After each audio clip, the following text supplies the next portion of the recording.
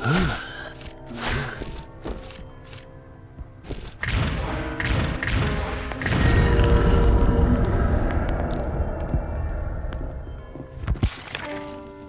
everybody. Another Monday stream. Yep. It's Monday today, right? Yeah, it is. Okay.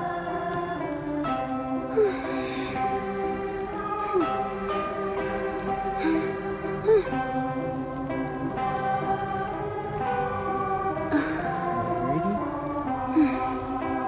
51 stars, by the way. 51-star champion. Man, sometimes I question why I still play this game. 51 stars. No one needs this many stars.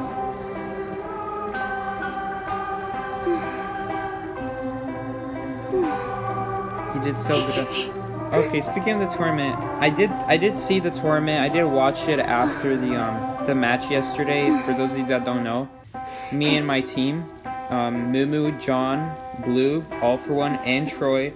Troy was in the team, but he didn't get to play. But our team was on the tournament yesterday, and we did win against XQ Army. And I did read the chat after that tournament day, and I did see a lot of you guys saying like, "Hi Psyche, go Psyche," and I was actually kind of surprised because I didn't expect many people to even know who I was. It seemed like I'm even surprised Persuade said that I'm a long-time player. I wonder if he knew that by himself, or did he have to ask someone? I did see so many people cheering me on, cheering our team on too, but I was expecting to see more Blue Race Car go John or something like that. And man, I saw so many of you guys there too. It was like Miguel was there. Who else was there? Salvador, Net, Ray, Lantern. I think Bear was there too. There's so many other people too. People who I don't see in my streams who still said like go Psyche, and I was that kind of stuff really. I'm just so grateful to have this community here on this channel. It reminds me of like all the great things that came with it. That sometimes I just get a little bit unmotivated to make streams or videos, and then this kind of stuff just helps me to remind myself how far I've gotten, even though it may not be by much. Everybody was simping for your Gravekeeper. I don't know if they were simping for Gravekeeper or like, I don't know if it was for me or just Gravekeeper in general, because I don't know, something about the IdentityV community, when they talk about Gravekeeper, I don't keep in touch with the IdentityV community. I don't go on Discord or anything. You'll never see me on Discord unless you like message me personally. But I just don't communicate with the community at all. It's just through YouTube mostly. And man, they are so weird when it comes to like Embalmer and Gravekeeper. Like, it's like they have some sort of obsession with them. I don't understand why. It's just the character.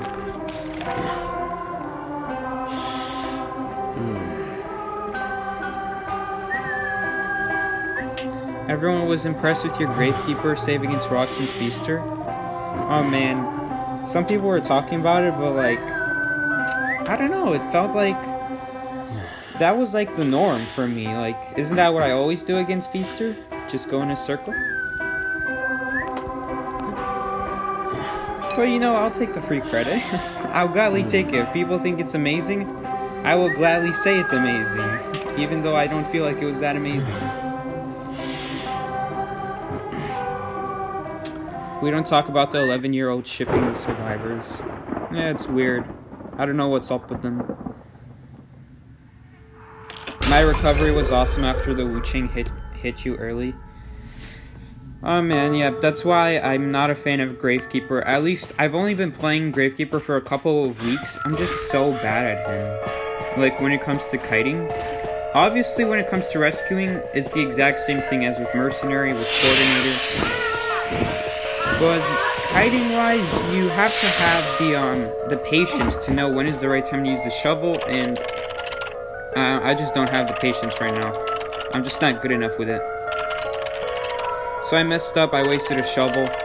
I should have. I feel like if I was playing a rank match, my first instinct would have been to actually run to the pallet, because when I looked over that match, I realized all I had to do was walk to the pallet and I would have been fine. He might have been close enough to try to hit me through the pallet, in which case I would have had to wait. And then use the shovel, then drop the pallet, have him break it, use the shovel, get to his shed. I made a big mistake because then that means I had to waste a shovel, which means I had to drop the pallet earlier, immediately after taking a hit. I can't even use the boost to get anywhere because I was in the corner. And then he had me vaulting back and forth, and once he made me vault to the corner side of the cornfield, I was kind of screwed because those 2 pallets in the corner really suck. And so then I had to use my shovel, and I knew he had blink at that point because he didn't place a single peeper. So I thought I was dead, but for some reason, and I think this was a mistake by Roxanne could have maybe at least tied that game if he kept chasing me. Because I knew he had blink. He definitely had blink. He did eventually use it on Mumu. But if he just kept chasing me, hit me out of my shovel, and then blinked me, he probably would have had a tie, maybe a 4-man, because Wu-Chang is very luck-based.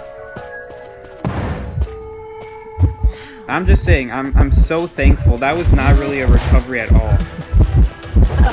It just so happened. Oh, that is so stupid.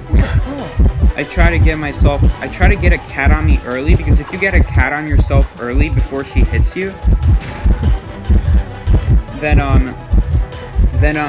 you'll immediately get the cat stun off of you right after she hits you, and you'll be able to get off a rescue against Anne. But the problem is I messed it up. Anyway, with the tournament I think Roxy made a huge mistake. Roxy just wasn't patient. If he was patient, he would have had me eventually.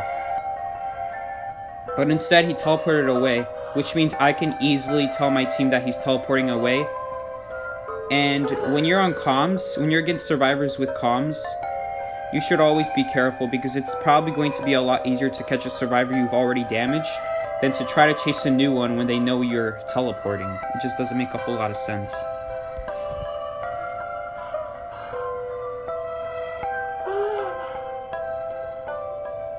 Congrats on moving forward with the tournament. Man, there's so much chat to catch up with. I can't even catch up with the game in the first place. Like this game. I need to focus on this game, and I'm still talking about the tournament. Okay, and our Gravekeeper decided it was a good idea to go rescue across the map like that. I mean, we had a chance of tying, but now we probably won't tie, because my mistake was already big enough. At that point, we probably shouldn't have even rescued him at all, because I needed time to get up. Because then I'd be wasting a lot of time not decoding, just lying on the ground. So he made a big mistake rescuing our Gravekeeper. Okay, looks like this Anne made a big mistake dropping him for some reason. Oh yeah, big mistake. I don't know what this Anne is doing. This is a bad hunter. Which is kind of ironic, because this is supposed to be a top Dream Witch player. So I'm surprised this Anne made this choice.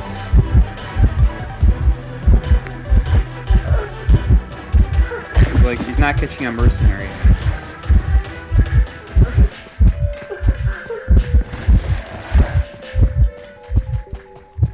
Anne's also not really that good of a hunter. She might be using Hunt though. Oh man, that's such an annoying pallet spot.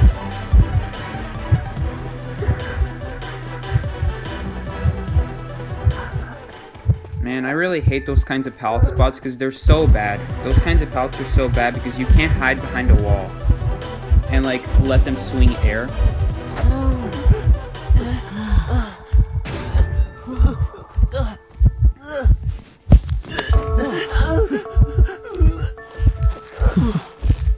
Don't sell yourself short, you were amazing. Thanks, Salvador. I think the second round I did really well. It was a perfect rescue, which for me is like the norm. And it was a pretty good kite afterward.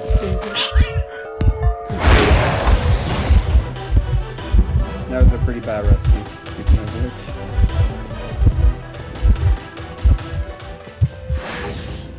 Interesting, she left me. Actually, that means I'm gonna be dead.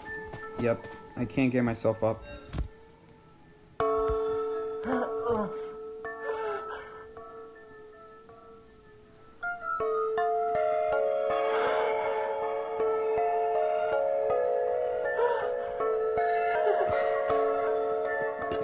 Did I see John's spinning technique for rescues? No, it's not really a good technique because it's pretty obvious that you're not rescuing. You're just spinning in a circle.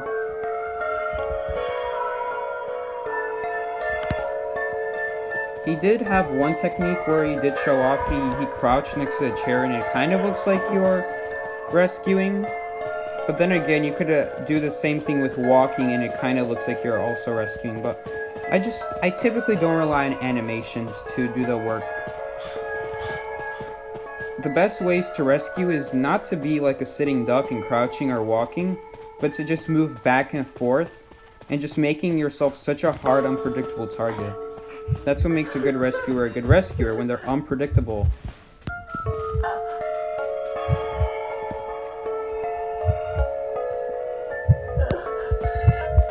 We're gonna rescue after half. Although I'm not sure if it matters because we're not even close to priming the cipher anyway.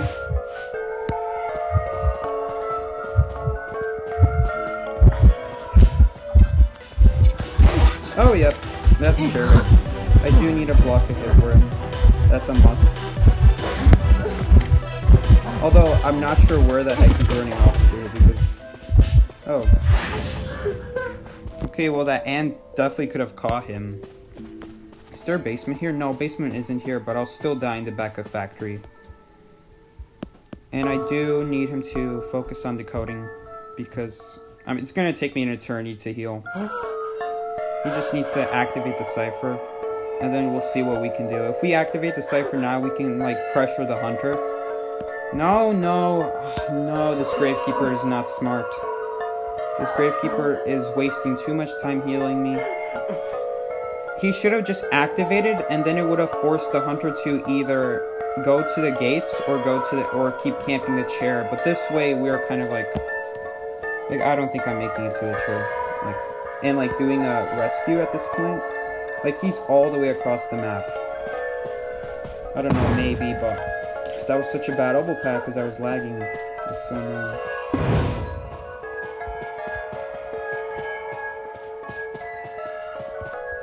So like you see right here, I'm gonna have to she's definitely gonna use the cats and stun me because I'm just gonna be too late.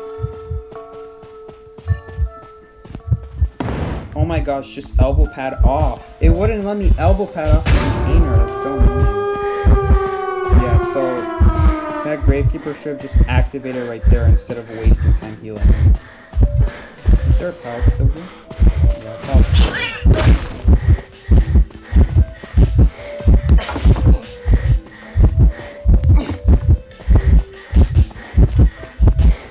Against Anne, you just have to use walls to your advantage. As long as you're not, like, in an open field, in clear sight, the Anne can't actually dash to you. She can, but it's gonna be tough because there's a wall blocking her way.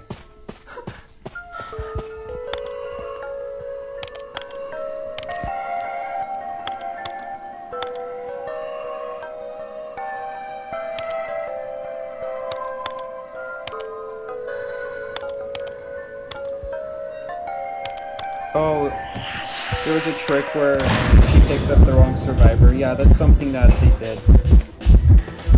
But it's not really that effective because all it does is buy like 5 seconds. So like, sure, you can use it, but it won't be that good.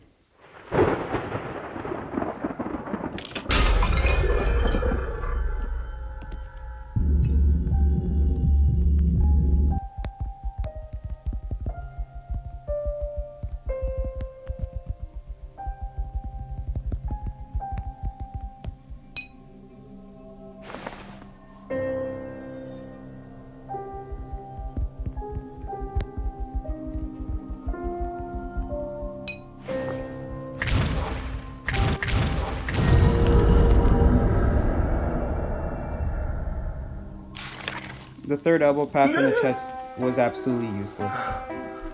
It didn't do anything.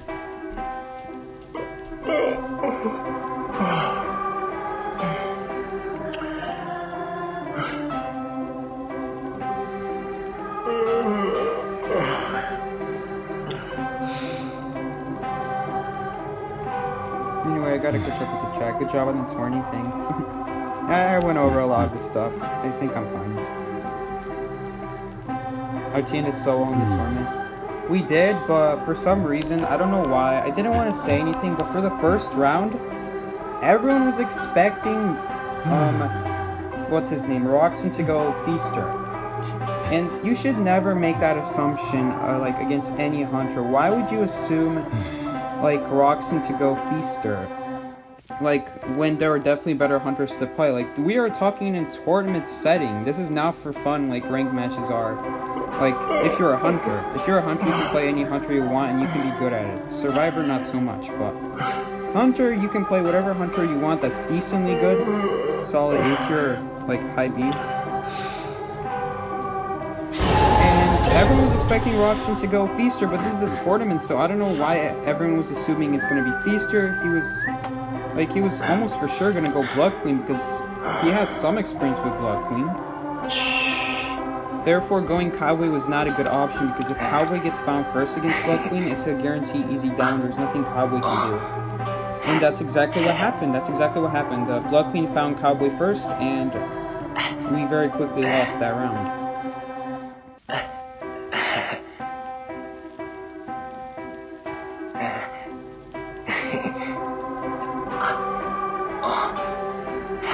And I did hear that the B4U team was pretty sketchy.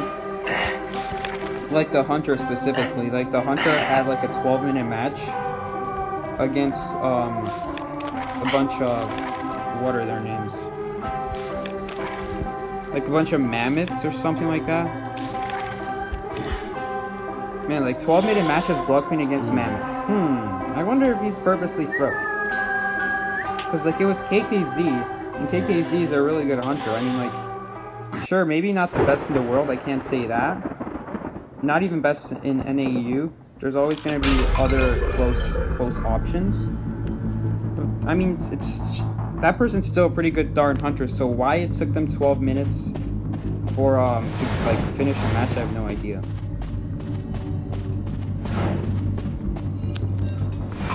I didn't watch B4U.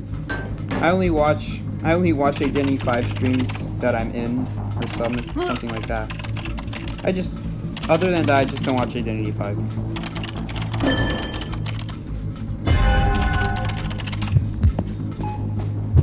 Alright, so if she chases me, she's gonna be in big trouble. Because for those of you guys that don't know, a shovel actually cancels a cat. So if you have a cat on you, it disappears if you use a shovel.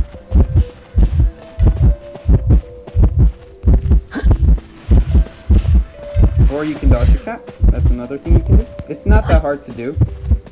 Dodging cats aren't that hard to do. Honestly, just make it look like you're inside the cat. Oh my gosh, what is Mechanic doing here? This is so typical. All my kites are ruined because someone else is here. Like, why are they here? Why are they in this corner? They should be decoding a safe cipher. Not in, like, an area that's only good for fast vaulters. Because this area is full of windows, and it's not good for mechanic or slow vaulters in general.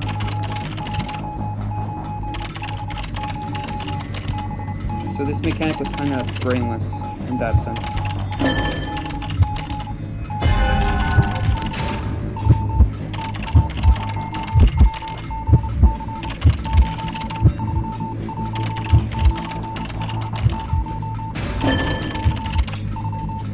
But if you guys are wondering why someone is playing Anne, it's because this is a Dream Witch main, and we're banning Dream Witch, so her only other main is Anne, and Anne is actually a low skill cap hunter, but because she's so low skill, it's also not that hard to kite her. If you have the right abilities, it's an easy kite. You don't even have to have the skill, just the right abilities.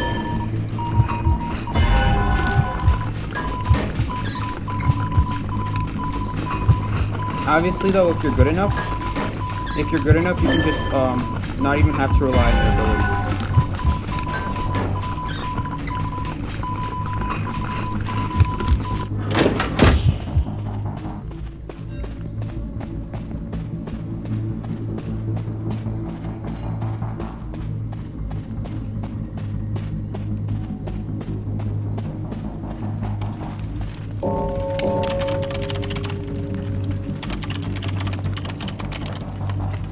Oh, here's something that Miguel said. Cat's always mention you in his videos and applauds you for your rescues.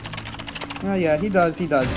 I watched that video when he applauded me for like not activating when someone got like Feaster Tentacled or Ripper Bladed or something that causes no recovery, and I didn't activate the last cipher. That's like an important thing to know. Not activate when a hunter uses like a no recovery ability. You have to teleport. I only knew that because of last match. But I don't even. You could honestly just loop windows against Anne. Oh, she got a good. I thought I could make it past her, but she is fully fed, so that is why her jump was so quick. Otherwise, it wouldn't have been. And she just completely ignores me, which is completely fine. I still have 2 shovels, and I haven't been on chair once. So I should be fine. Except Mercenary just got hit for free. So now, we're only gonna have 1 person to code now, which is a big problem. We need a good Mercenary that could not die. Troy Cypher is closer to being prime, but honestly, by the time I walk to that Cypher, my Cypher will probably also be prime. So I'm just going to stay on this Cypher. No reason to be moving Cyphers. Although I would like it if, well, Troy's not doing bad actually. Oh, never mind. He's doing bad. He just barely rescued it.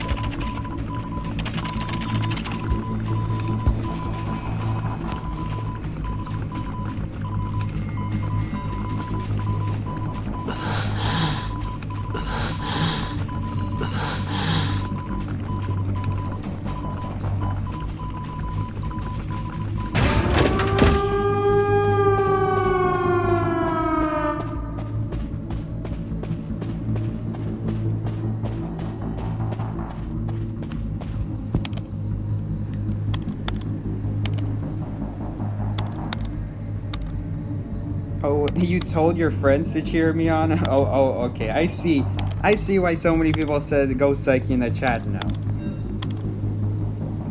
Okay, then. Maybe I shouldn't feel so special.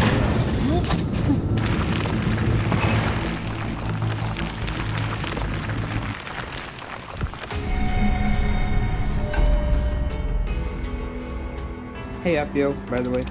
I saw you earlier, just I didn't say hi. Congrats on moving forward in the tournament. Thank you, Nikito. Oh, I gotta wait. Persuadable's impression of cats? Yeah, I saw that. It was like at the end of like second or... It was like at the beginning of second or third round. I bet cats saw that. That would have been pretty hilarious. Imagine sending death threats over matchmaking to an MC. Did people actually do that?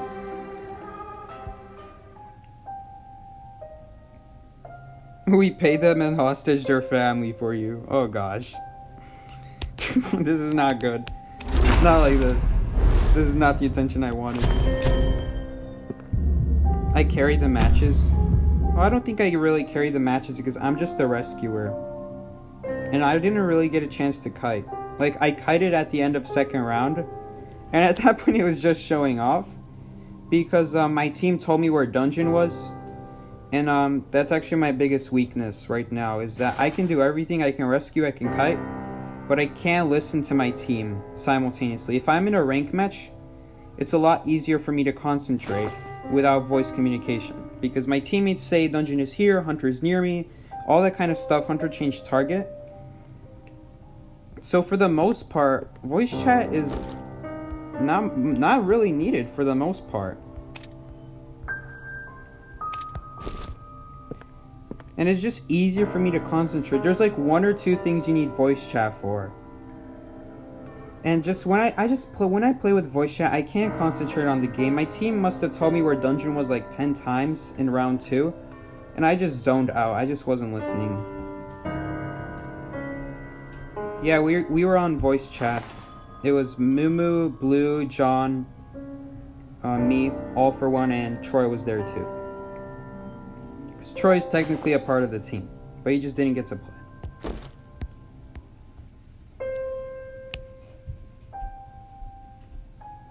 All for One was messing with Persuade's commentary so bad.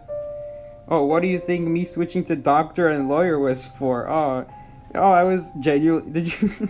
I hope no one genuinely thought I was considering doctor or lawyer or explorer. I was really just messing with Persuade and the MCs, because after the first round, I realized the whole thing is live, and that every character you switch to, it shows on the screen. So I was messing with that. I'm like, oh, I can just go back and forth, just keep switching from lawyer to doctor to whatever I want. Oh, bait people with the coordinator, make people think I'm going coordinator. The past stream you went lawyer and I was like, interesting. By the way, speaking of like lawyer, where did Troy go?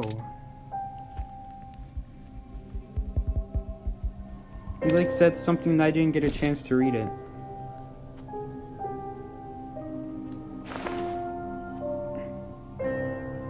You put timestamps of potato highlights in the comments. It's so nice of you, Lantern. Apparently, I don't watch other tournament days. I just watched our own. But apparently to All for One, our tournament day was a lot more interesting than every other tournament day. Maybe it was because our team was the only one that went to round 3. And it was probably the closest, most even fair match. Like, if you look at every other match, it's like champions against crocodiles or something like that. Champions against, I don't know, against low levels. Someone didn't even have a full hunter persona.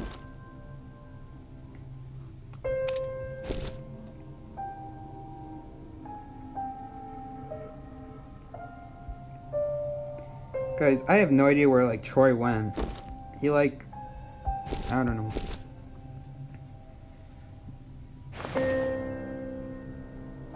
If Raiden before you don't fight with potatoes, you're suing. I mean, I don't see why we're not gonna win next Friday. Our next match is Friday. Mark your calendars, guys, Friday. Unless you're in Europe. Europe or Asia, then it's gonna be Saturday. But, actually, will it be?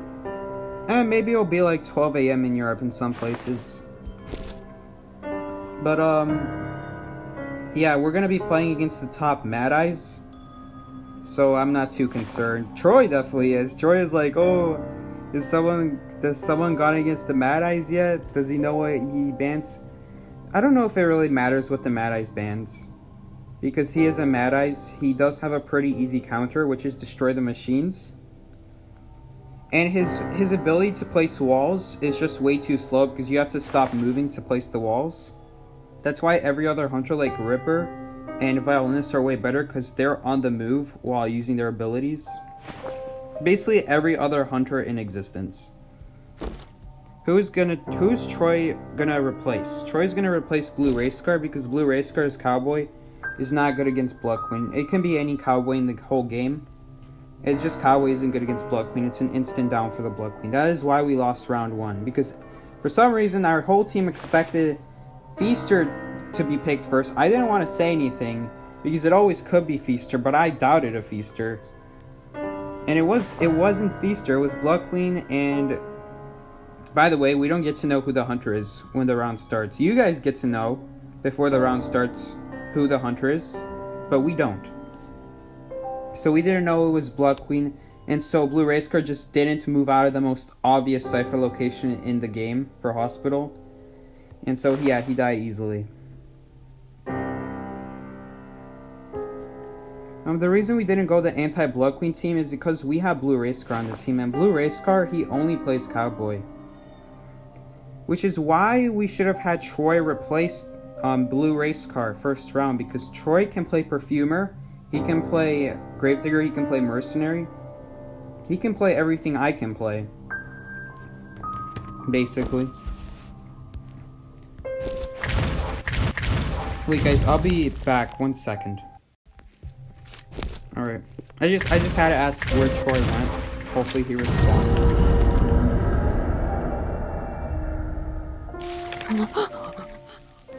Melmus Kai was something else. Yeah, Melmus Kai was really good. She didn't warn me that the Wuching was teleporting to me though. That sucks.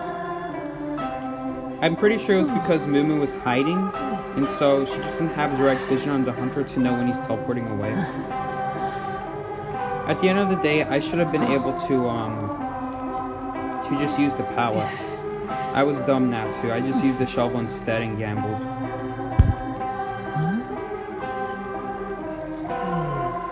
It was cute that everyone in Potatoes had matching portraits in frame. I'm not gonna lie, it took like 10 minutes to set it up because no one could decide on a portrait or a frame. Every time someone picked a frame, another person didn't have that frame. So yeah. Just selecting the same portrait is such a mess. It's portrait and frame. Estimating waiting time is 4:20. Let's go, boys. 4:20. Time to smoke that leafy greens. Am I right? Alrighty. Enough of the immature talk. Blue spawn spot was really bad. In round 1 it was really bad. But it's his job to move out of that spawn. Because he is a cowboy, he should hide early game. But he just assumed it was Feaster. Everyone assumed it was Feaster.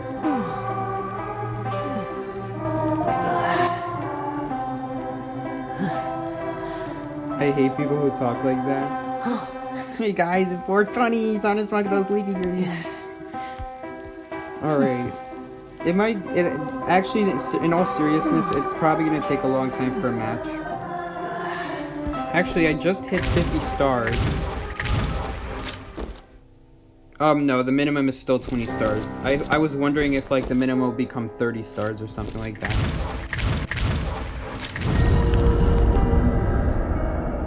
Ruxin, technically, he only mains Feaster, but he can play a little bit of other hunters. Obviously, he has some Wuchang experience, some Blood Queen experience. But whenever you see him in rank, 90% chance he's gonna go Feaster.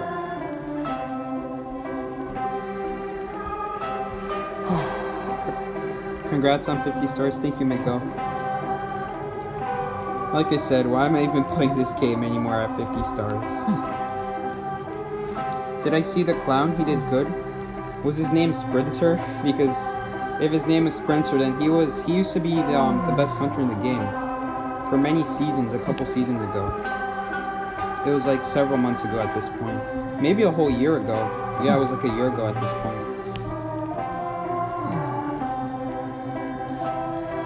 So Sprinter used to main Clown, Spider, and Ripper, and he was the best. He was a really good Spider. He was probably arguably the best Clown player.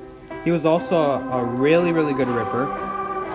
Probably all for one level Ripper, except all for one kind of screwed up in the tournament as his Ripper, but he did really good as those 3 hunters. And unfortunately, Ripper struggles nowadays because there's so many stunners, there's so many body blockers like Gravedigger and Perfumes and Seer Owls.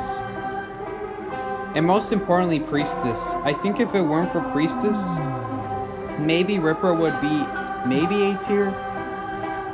But Priestess kind of ruins him as a character. Because if you try to destroy a portal, you waste your blade. You can try to hit to the side so that the blade doesn't hit the wall and you can gain invisibility back, but you still lose the blade, and the blade is more important than your invisibility. But if you go through the portal, then you lose your speed, and your speed is just as important as your invisibility, because without your speed, you're just a Hellenberg. And it's going to be difficult to catch up with priestesses.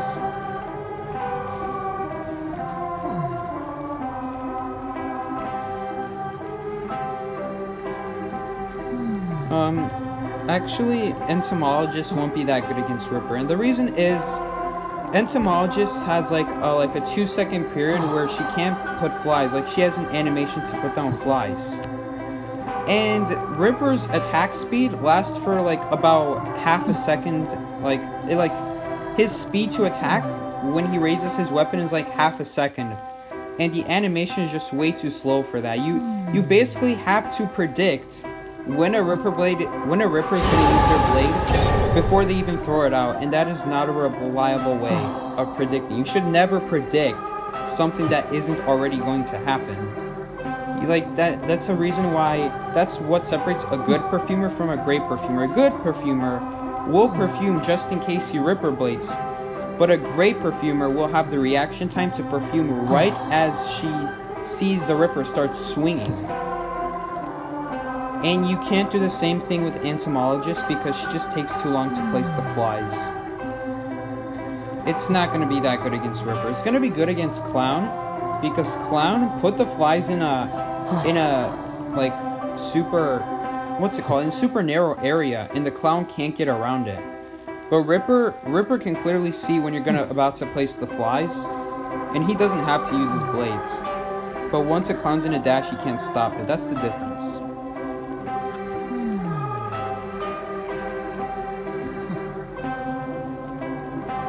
Are you going to go against XQ Gang next? So I don't know who XQ Gang is. I thought we already beat XQ this past round, but anyway, we are not going against XQ Gang. We're going to be going against CVC, which has a #1 Mad Eyes, which I don't know why Troy is so scared of. Maybe it's because he doesn't have experience, but overall, Mad Eyes is not a difficult kite. The only thing Mad Eyes has that other hunters don't is that Mad Eyes has ridiculous pal breaking speed, but other than that, his window vault speed is exactly the same as like other hunters like Ripper, and it's really slow. So what you can do against Mad Eyes is you can abuse windows against him, and he can do nothing. He has no abilities to speed up, and his ability to block certain areas is also circumstantial, because to place a big wall requires so much energy, and he doesn't have that energy early game because all the machines have low energy early game. So you can only place small walls. And if you place a small wall, there's almost always going to be a second way to go around. It's like Feaster's Tentacle. If someone places a Feaster's Tentacle in one area, there's almost always another option. It's almost never like there's one option that you have to vault to the Feaster's Tentacle. You have to go into the Feaster Tentacle. There's usually some other route you can take that will do just fine. And that's why Mad Eyes isn't great. At least Feaster, he does it on the move, so he's always pressuring, but Mad Eyes literally has to stop for like 3 seconds. At minimum, if he's super fast at it. Otherwise, he's just wasting time.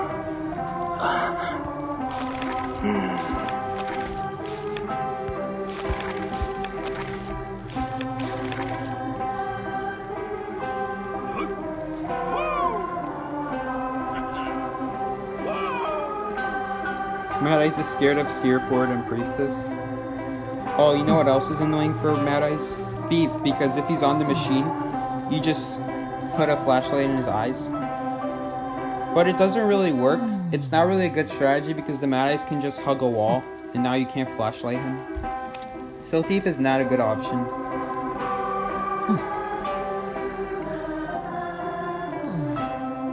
Although if he's chasing you, it's not a bad option as long as you can control the flashlight, because Mad Eyes, just like Photographer, Mad Eyes has no way to speed himself up forward, and he doesn't have a ranged attack either. The only difference between Mad Eyes and Photographer is that Photographer has a bigger hitbox range, so it's even worse for Mad Eyes. And I'm pretty sure there's a Hunter spawn. Normally there's a Hunter silhouette right there. Alright, it looks like the hunter actually went through the circus, this 2-floor circus house, and went across the bridge. I bet you like the hunter got either the circus house spawn or the corner spawn over there. Half the time they go over here on this cipher, half the time they cross the bridge. Although if a hunter spawns to that corner, they almost always come for this cipher.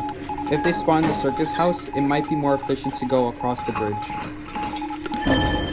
I don't know, I'm not a hunter.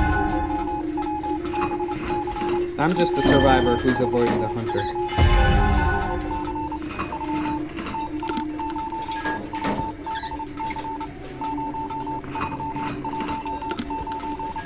%. I still have no idea who the hunter is. I should probably like sit up. I also don't remember who we banned. I don't remember if we banned Blood Queen or Dream Witch.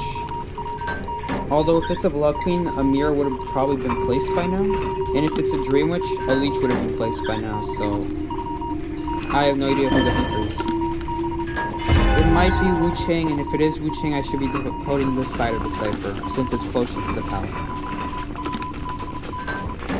Although arguably this side can also be good, because it leads to a... No, this side's definitely better. But just in case it's Wu Chang, I want to make sure I don't get calibrations. And if you don't want to get calibrations, you can keep going on and off the cipher. I definitely recommend that as a perfumer main. If you're a perfumer and you're priming the last cipher, you want to make sure you don't get a calibration at 99% so that you don't either accidentally activate or have to miss the calibration. And that's just good with every other character too, but as perfumer, that's like a must. You have to do that as perfumer. Anyway, I hope we're not doing extra ciphers. I hope like Priestess is helping out LJS with the last cipher, because I'm working on my own.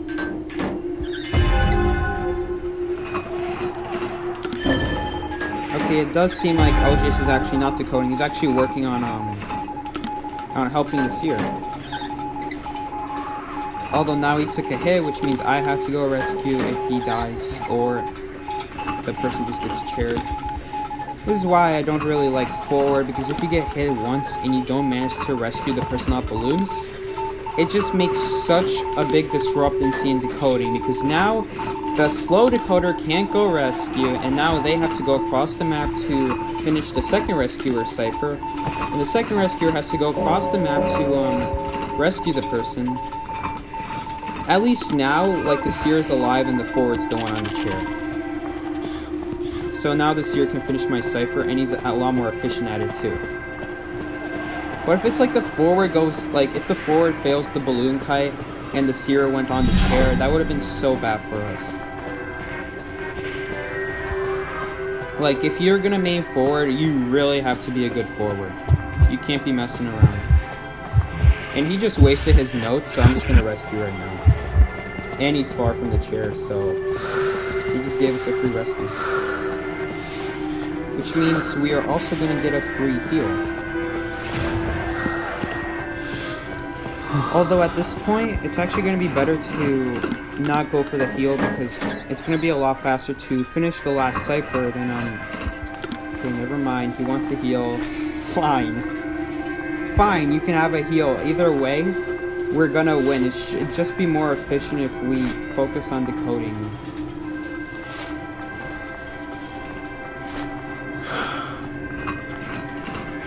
I don't know where Seer is. Seer might be finishing the Priestess's cipher. And in that case, if he is, then he's gonna probably get chased off of it right this very minute. Because she got chaired right next to her cipher. Or he could just be running out in the middle of nowhere, looking for a cipher that doesn't exist on that side of the map anymore. There are no ciphers left on that side of the map, so... yeah.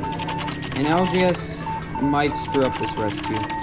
He just barely didn't. So now Seer is gonna get chased off the cipher. That is exactly why I didn't go work on that cipher. Because the hunter is so close to it that it wouldn't make sense to go decode it. Is she gonna die? Yeah, she's dead. Let's focus on decoding since I'm pretty sure she can heal herself quite fast. It's just better to focus on decoding. Have her heal herself.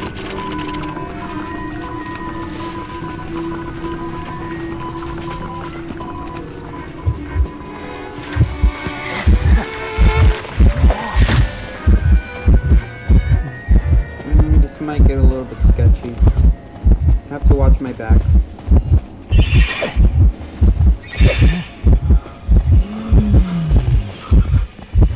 And we do have to wait for the...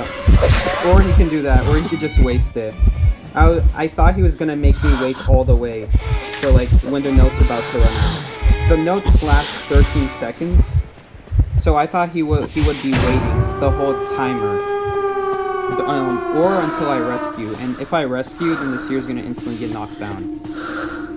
But he just used it, so I could have just rescued right away, and that's exactly what I did. With rescuing, I do suggest being predictable. I mean, no, don't be predictable. Be unpredictable. Never apply the same strategy too many times against hunters. Always try new stuff. Like, maybe one time, you can surprise them by, like, taking a hit and then immediately rescuing. Or you can make it look like you're rescuing and then make them hit the chair on accident. That's what I like to do the most, because it's just, you're so unpredictable, you're always moving around. It's so likely to hit the chair. But it's also important to be patient. So, like, if you see the hunter is placing a feast or tentacle or, like, a violin note behind you, you should move out the way. And then what happens once you move out the way? If it's a violinist, if you move out of the way of the first note, then the second thing the violinist is going to do is put a note in front of you, and then you'll accidentally walk in front of yourself. So then you have to, not only did I move to the side right there, but if you guys go back and you see for yourself, you'll actually see that not only I went to the side, so that I'm not behind him, and he can't note me to death, but then I went behind, I went backwards, because I knew he would put a note in front of me. If he had bad aim, then he probably would have landed it on top of me. But I'm assuming that the hunter is smart, and that the hunter knows what he's doing. So I won't go for, like, assuming the hunter is gonna miss.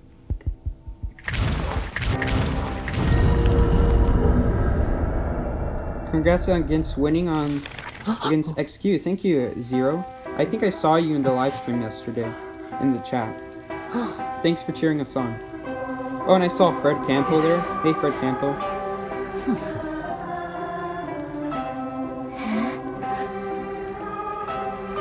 My game sense is if the hunter comes for me, just don't die. You learn over time.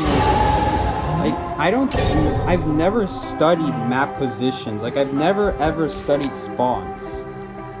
Everything I know about spawns is through experience. And that usually involves just randomly decoding a cipher, and then the hunter comes for me. Now, if it's one time, then it doesn't really help you much, but let's say you get the exact same spawn on the exact same map again, and the exact same scenario happens, the hunter comes for you from the same exact direction, and then you do it for a third time, the same thing happens the fourth, fifth, sixth time. Eventually, through trial and error, you will discover what ciphers hunters usually come towards, and what ciphers they, you know, might have second thoughts about. Like, maybe they won't go for your cipher, maybe they'll go for another cipher. But you still have to be ready for it if they do come for you. There is a cipher on church. It's the broken reception. Not broken reception. It's the broken walls corner. The breakable walls corner. On red church. If you get that spawn, which I did not, but if you do get that spawn, 90% chance that hunter's gonna come for you. Almost always. Because whenever you get that spawn, the hunter is usually like somewhere either in graveyard or broken reception. Either of those two. Which means you are very close by. And not only are you close by, but you're in one of the weaker kiting areas of the map, so the hunter will always come after you. So it's like stuff like that. it's like you learn over time which spawns the hunter comes for you and which spawns the hunters don't.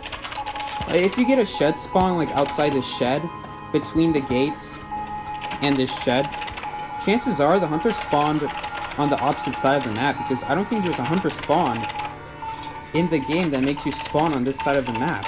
Like, you guys can check the spawn positions, but I'm almost certain no hunter spawns on this side of the map, ever. The closest they'll get to is church. And if they get church spawn, they go to the breakable walls area. How typical. But yeah. It's like, I never did 1v1s for practice. Like, if I did, it was for fun, or to help someone else out. And I never went, like, just studied spawn positions. I think that's a waste of time. Because the best way of learning anything is just through experience. And I'm pretty sure that applies to, like, world knowledge stuff as well, like, in real life, too. You can learn stuff all you want in school, but if you're gonna become stuff like doctor, not only do you have to go through school, but you have to go through, like, as, like, a trainee, almost. Like an, what's it called? Like, almost like an assistant. You're just there to look at how the professionals do it. Because, like, learning about something and then doing it are two completely different things. But I don't think I need to explain that to you guys. You're probably much older than I am, after all. I am 16, by the way, so... yeah, Bonbon, Gravedigger, this is a difficult rescue, especially when you're lagging like me.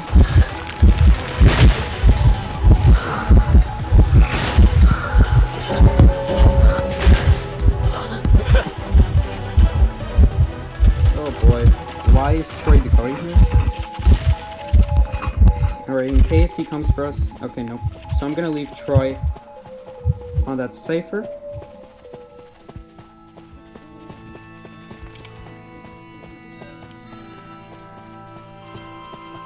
And Perfumer's decoding that cipher. What is Troy doing? Why did he just take that bomb? He took that bomb like 5 seconds after it turned red. And when it turns red, there's 5 seconds left on the timer, so... Coincidence? I think not. I think he literally just miscounted. Oh, or he got a calibration. You know what? That happens. So, Hunter's probably gonna come for me. Oops, I just missed the pallet. I could have gotten a free pallet boost.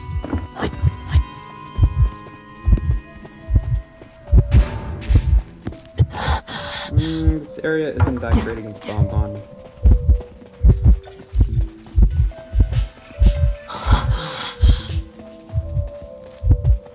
So I'm just gonna leave.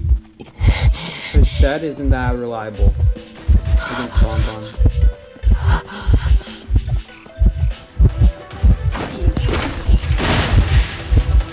Did I dodge that? Oh no, I didn't. I thought I dodged that for a second.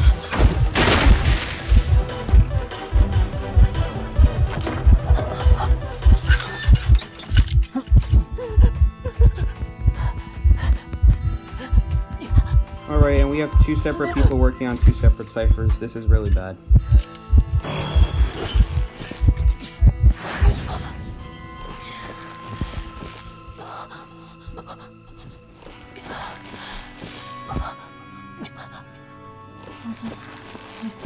Is violence available in the tournament?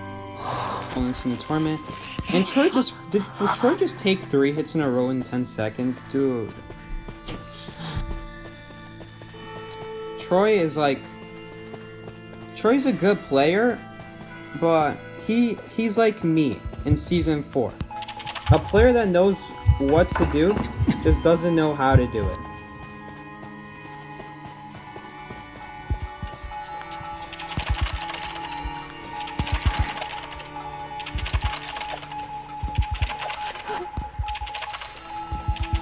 Oh man, that was such a... I mean, against Bonbon, it's almost surely going to happen.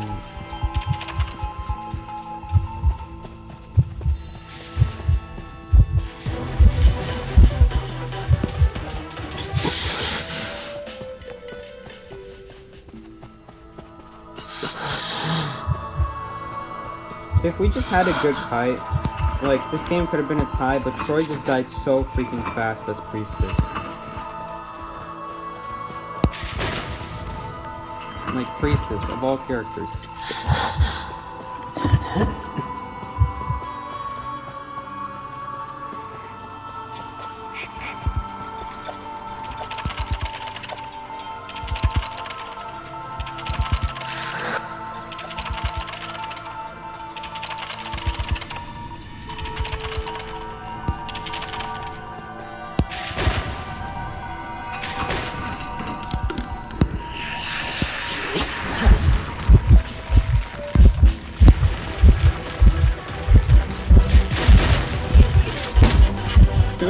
Okay, well, he got me.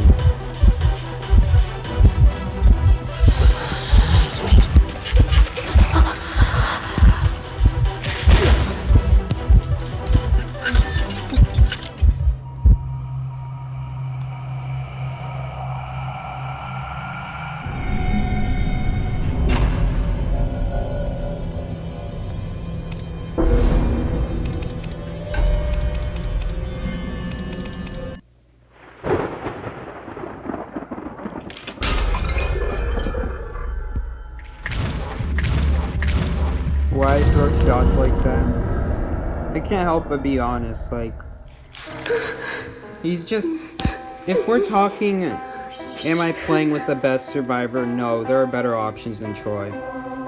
Like, QC is available, LJS is available, Miasma is available. There are more experienced survivors than Troy, but Troy's my friend, I don't want to leave him behind. And like, if I leave him behind, then I don't know, who's gonna teach him? Who's gonna help him get better? Honestly, I don't even want to mention that match though. I'm sure whatever he did wrong, he knows what he did wrong, and there's no point in me mentioning it and making him feel bad.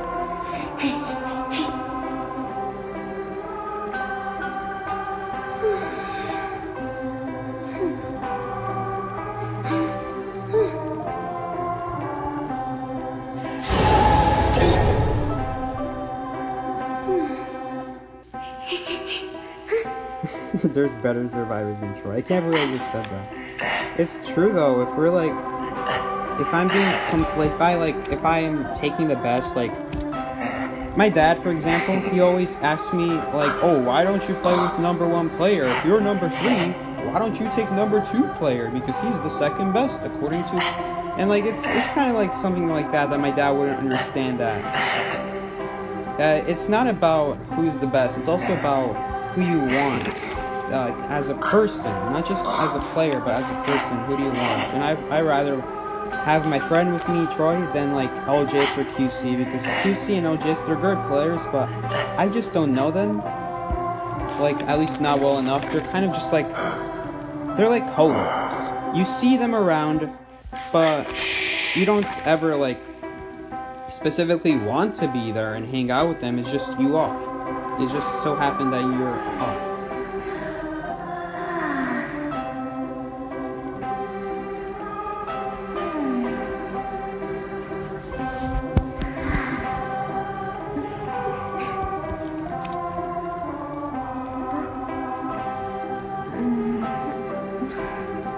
Yeah, Troy's such a good dude too. He's always understanding.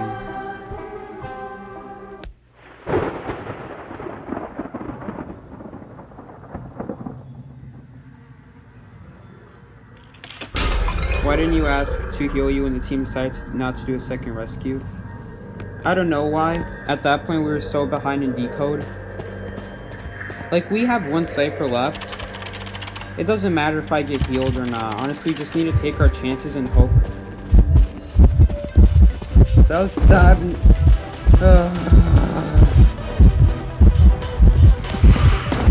Thank God he's a bad ripper. I've never had that spawn before. That, you guys see right there. That is an experience thing. Every time I played Ever Sleeping Town, the hunter spawned in this direction. So you know what I do? I always run this direction. And guess who appeared from this direction this one time? The Ripper. So like, it's like stuff like that just takes experience. And like, had I been more experienced, I probably would have wasted one elbow pad. If I were more experienced, I would have had experience that this wall is very deadly for elbow pads and it's gonna stop your elbow pad.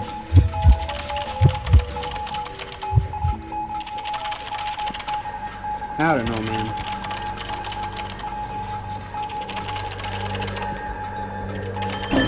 Obviously, I can study spawns and I can be like, oh, the person could spawn here or here or here. But I won't have a plan for that scenario if it does happen. I mean, I probably should plan for it. Whatever, I just leave it up to fate to decide what spawn the hunter gets. It is a new map after all. And I don't know completely where the hunter spawns. I just know that the hunters can spawn in Graveyard and that's it. Unfortunately, Perfumer took 2 hits in a row, which is... If she didn't take 2 hits in a row, we'd probably be more likely to win this match. It's still possible. Honestly, against Ripper, look how open this area is.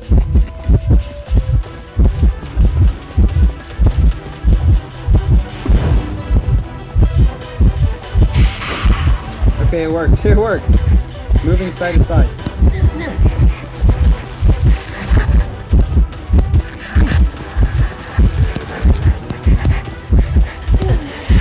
Alright, well. Nothing I can do there. Usually, I always try to wait for the hunter to hit me because I want the hunter to hit me. Because if the hunter hits me and I'm lagging right now, it actually kind of looked like the hunter was also lagging.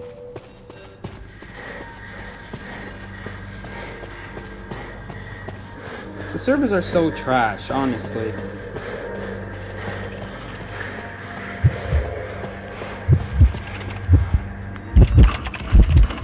And she died in Sir Cypher. Like, we had a chance when she did go down, but now we don't have a chance. Now she kind of she kind of put the tie or loss in the bag at this point. There's nothing we can do.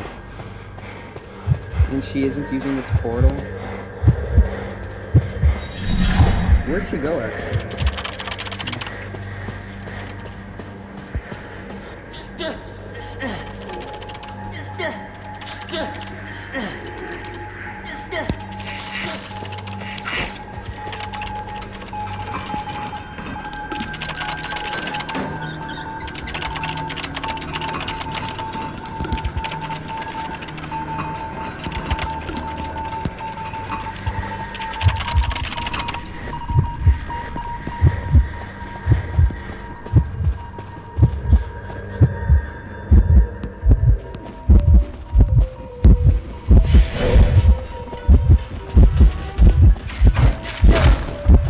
Gosh, this area actually really sucks against Ripper. Look how thin the walls are.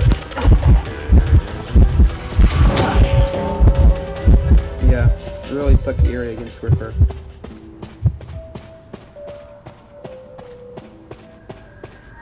I could have used that elbow pad too. Man, I kind of wasted it. Oh my gosh, it's such a useless portal. Okay, well, our teammate is decoding right here, I think. Where are they actually? Oh, over there.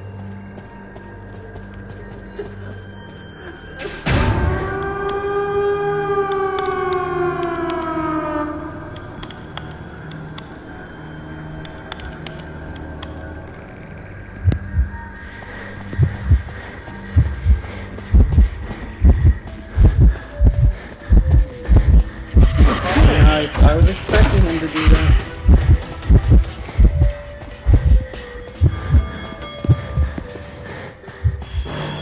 It's like such a thin wall. Like, he's definitely gonna go for it.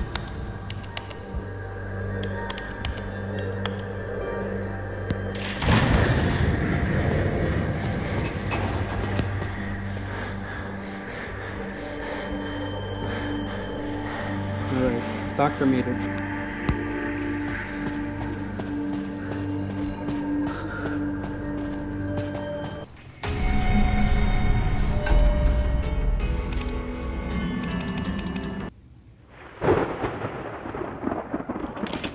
The reason China has amazing ping is because their server is located in China, duh. Can any of you guess where the North American European server is located? In the East Coast, North America. That means if you live in East Coast, North America, you have the best ping. You're gonna get like 30 ping. If you live in the Central Time Zone, which is where I'm at, you're gonna get like 60 ping. If you live all the way out in California, you're probably gonna get like 100, 120 ping. And if you live in Europe, you're probably gonna get 150 to 200 ping. Well, by the way, the whole reason European shares a server with North America is because NetEase is too cheap. Every other game has a server for each continent, because that's what happens with game service. The farther you are, the worse the connection is. And can any of you guess where a majority of people in China live? They all live in one area. None of them with technology live like outside of the coast. Like at least somewhat near the coast, but none of them are like super inland China, because the rest of China is so deserted. And that's not a joke either. There's like a desert in China.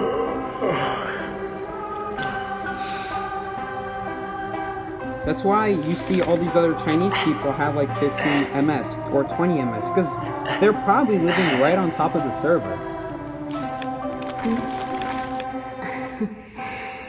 Net asks when your birthday was.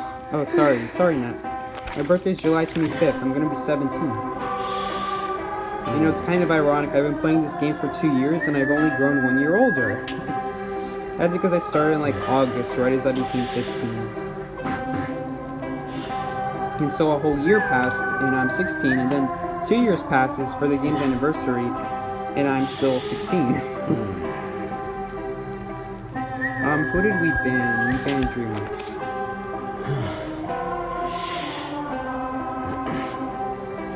Even if I live in Northeast, sometimes I get red MS. I guess that's a server quality issue at that point. Or that could be your Wi-Fi app, yo. That's probably your Wi-Fi, actually. Like, I guess it depends what event is going on. If there's a crossover going on, you're more likely to experience worse ping. And that's speaking from experience. I've experienced a lot of crossovers, and I've also experienced the ping that comes with it.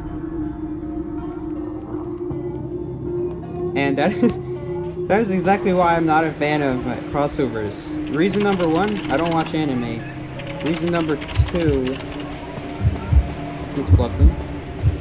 Reason number two, they just slow down the server so much.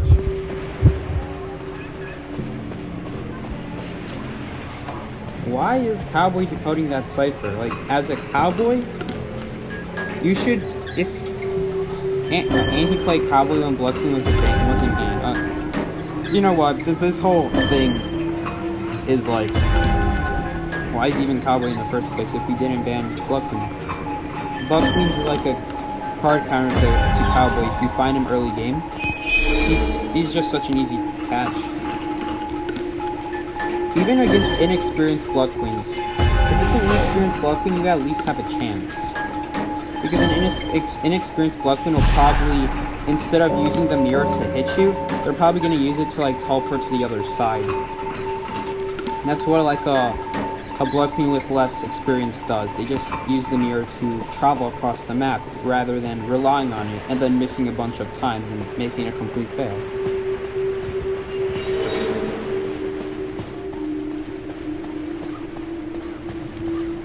I wonder if she'll destroy the portal. Okay, she did.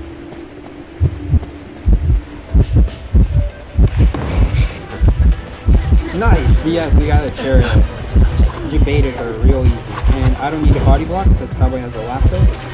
So I'm actually getting away from this rescue. No hits, Cowboy gets to a pallet. And he dodged the blink. Nice. So she didn't even get a hit on me. She's wasting so much time chasing this Cowboy. I mean, he got it in Titan. So it would have been the guaranteed normal 20 seconds.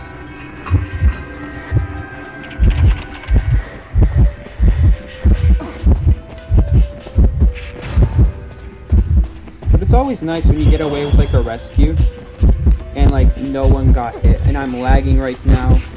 so I can't even use an elbow pad, because if I use an elbow pad, it's not going to be helpful. If I wasn't lagging, I would have elbow padded away and had Troy rescue, but like... Oh my gosh, that's such a terrible portal right there. Terrible portal design choice, right in front of a chest. Dude, Troy's portals in general are like... I wish he used some more common sense when he placed them.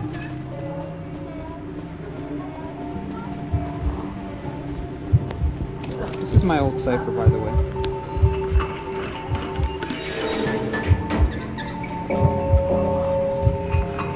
Did he use the slide? Yeah, I never use the slide against Blood Queen. It's a guaranteed terror shock every time. Even though it's a height, it just doesn't work because it's a guaranteed terror shock. And if you don't slide down, then she's gonna get a hit on you. So you're screwed no matter what. Okay, she's clearly gonna try to mirror across the bridge, so this is the one time where it's okay to go on a slide, not to like gain distance while kiting, but just to avoid the mirror, because she clearly was looking like she was going to teleport across the bridge. By teleport, I mean use her mirror.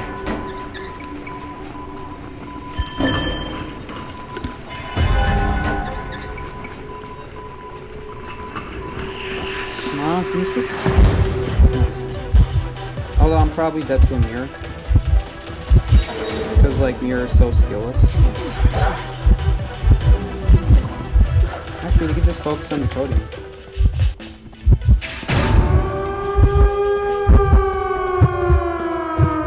Alright, now he's after Troy.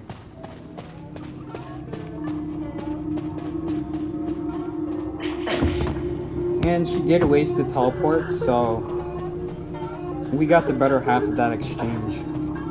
Because even though she teleported on me, I still got the cipher done. I did get hit, but it did waste her mirror, and the ciphers were primed anyway, so I'm fine with that.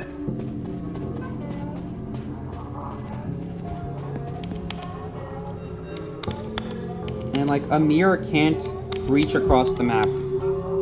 Mostly because of the river. The river stops you from putting, like, you can't put a mirror on top of the river, and because of that, if you want to teleport across the bridge, you have to either be super close to the bridge and put a mirror on the other side, or you have to be far from the river and then put a portal. Not a portal, I mean like a, what's it called? A mirror. Yeah. Hello, can we join this rank match?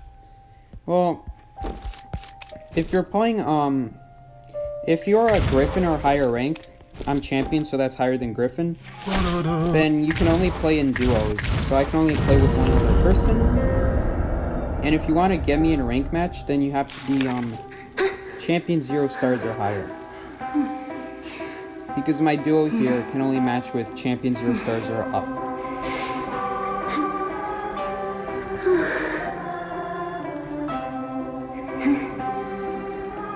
Yeah.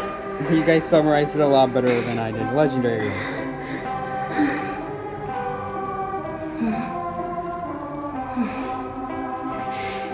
He thought he was going to lasso me. No, he wouldn't lasso me. He was gonna lasso the pallet.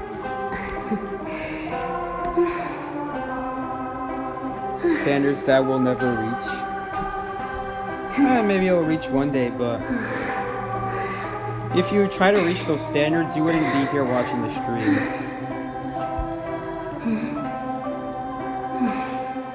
That's the problem with streaming during rank. Anyone who takes rank seriously won't watch streams. So when I talk all serious about rank, really I'm not talking to anyone.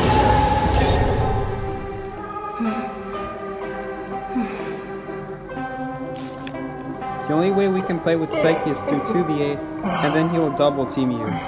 And he said maybe. I'm not a big 2v8 guy. I don't like really playing customs or anything like that. 4 hours of rank, guys, that's a lot. 4 hours of IdentityV in general, that's a lot. Typically, I like to spend my things doing like other things other than IdentityV, because 2 hours in a row, that's a lot of time. 4 hours in a day. Even though it's not in a row, it's still a lot of time. We do need a seer. I don't know if this guy plays Gravekeeper. I think this guy plays Mercenary. He might be a Mercenary one-trick. In that case, that would be sad.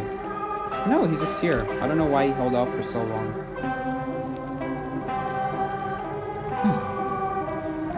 I'm level 6, so I'm not champion. Oh, you got a long way to go then. I don't often do customs with viewers, sorry. Sorry, Blue Fire Boy. I mostly just stream for rank matches.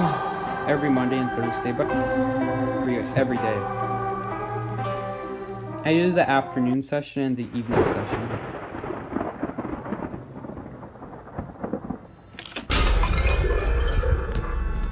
But if you want to play customs with people, I would suggest like Murima. Murima likes to do customs with viewers. If you know her channel, it's really hard to spell.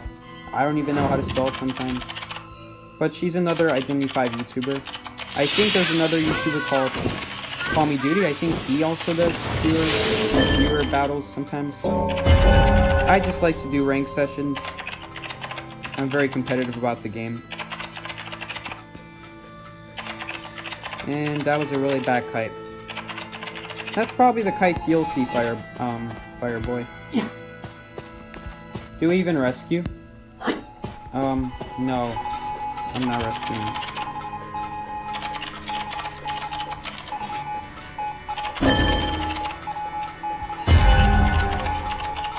Honestly, Troy shouldn't have gone to rescue either because he has wanted order. Dude, I wish people were a little bit more, I don't know, they had a little bit more common sense when they kite.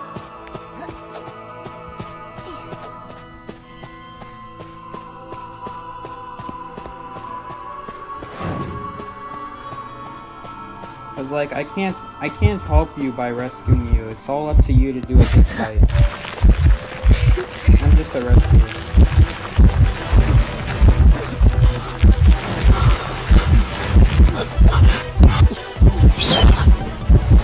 And I body blocked for nothing because he just used an all right away.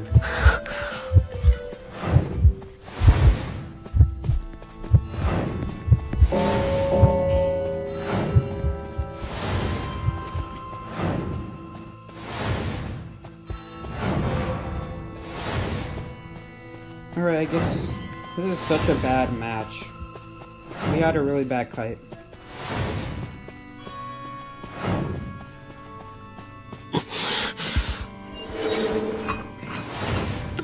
Like, this is probably a loss. We're still off 4 ciphers, and it's a Blood Queen. So Blood Queen has just this insane map control once one person is down.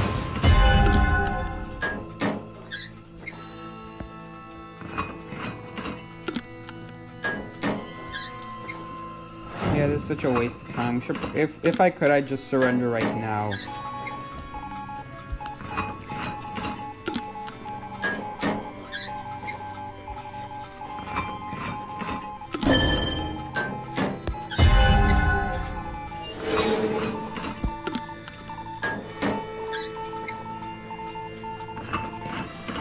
He didn't get terror shocked. He got hit, and then not even 5 seconds later, he got hit again.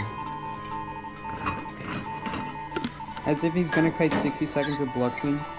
It's possible. And that's because a Blood Queen mirror has a cooldown of 12 seconds. And the mirror itself lasts 15 seconds. So that's 27 seconds per mirror. And you can use an owl for one mirror and then run away. And then tank another hit for the second mirror. So then you would have blocked your team 54 seconds at that point. And then once she has the third mirror, it'll be 60 seconds. She's gonna hit you at that 60-second mark, because like third mirror is pretty much guaranteed death. Unless she messed it up.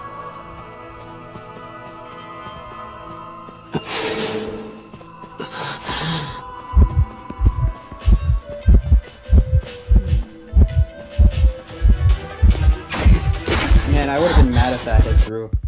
Oh gosh, battery notification making me walk all weird.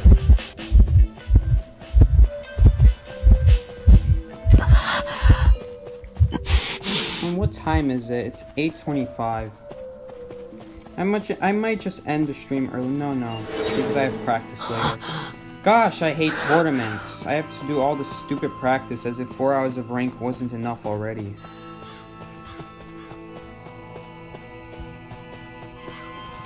I'm gonna go grab my charger after this game.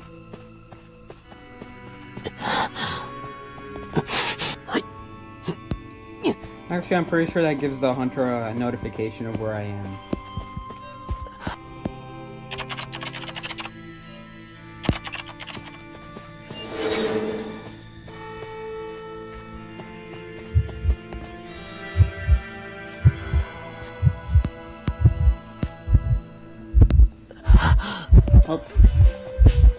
Oh, that's probably game.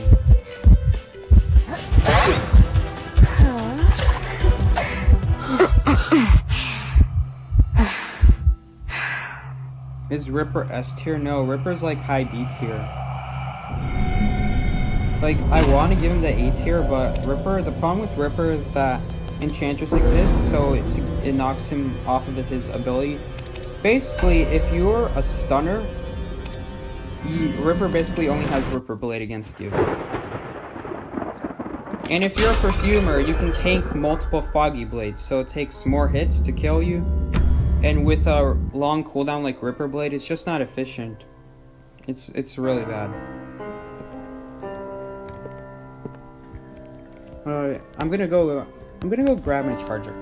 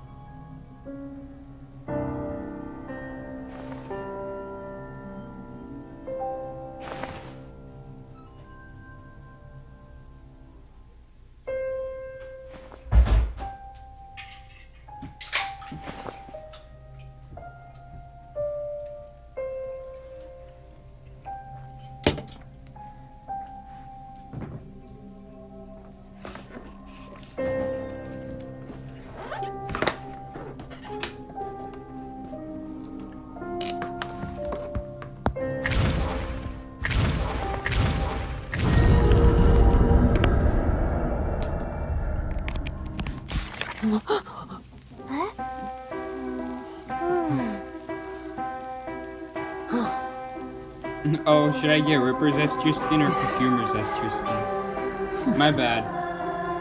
I prefer Ripper's S tier skin. I'm sorry to say, guys, but this Perfumer skin is so cheesy. Right, this one. It's so cheesy. If you want a copy of this skin, but in black, just get this one. They're all the same. Like, they don't have any original concepts with Perfumer. Perfumer is like this elegant lady, so they all the skins for her are the same. They're just elegant lady skins. You give her a dress, give her a nice headpiece. Do that for every skin. Give her a nice dress, give her a nice headpiece, give her a nice dress, nice headpiece. Same with every other skin. At least the butterfly skins, are unique because it's based off of a butterfly. And at least this one is like, it's sort of unique because it's not so cliche. It's not so cliche with the dresses and all the pretty, everything stereotypical that has to do with any lady that uses expensive perfume. It's just so cliche.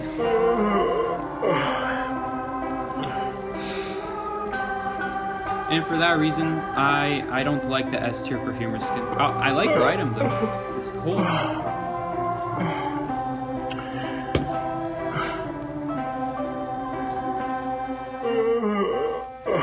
It's yellow hair.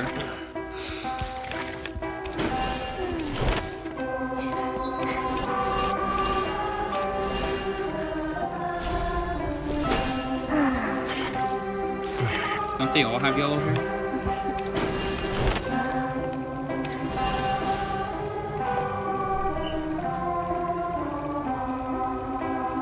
Look, this one's cliche too.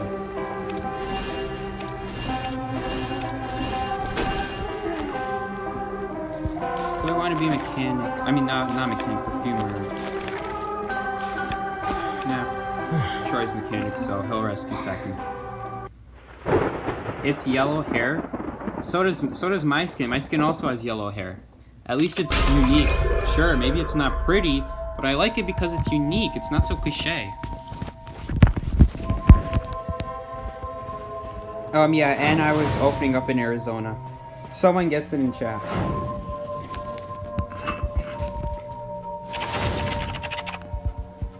Although, to be honest, I prefer regular tea. Arizona is like more lemony and sweet than actual tea.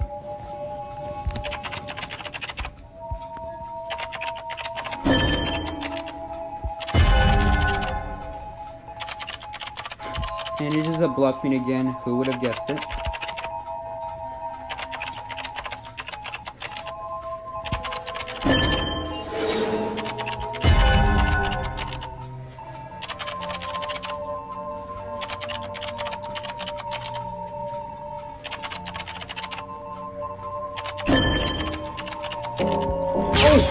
Oh man, I missed the yellow calibration.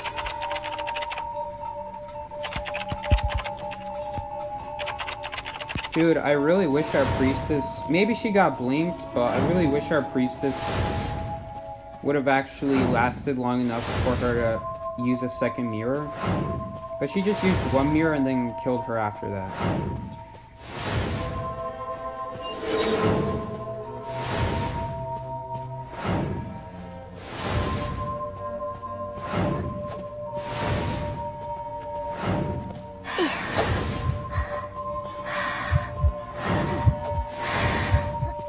Maybe I should go rescue. No, he's gonna go rescue. It's not a bad idea to do if the mercenary is being threatened from a far distance. Because if the mercenary is being threatened from a far distance, that means they're not camping the chair. Which means you don't need someone with Titan to go rescue. You can have like someone else go rescue. And right there, very important to note, I ran this direction from the mirror. Why is that important?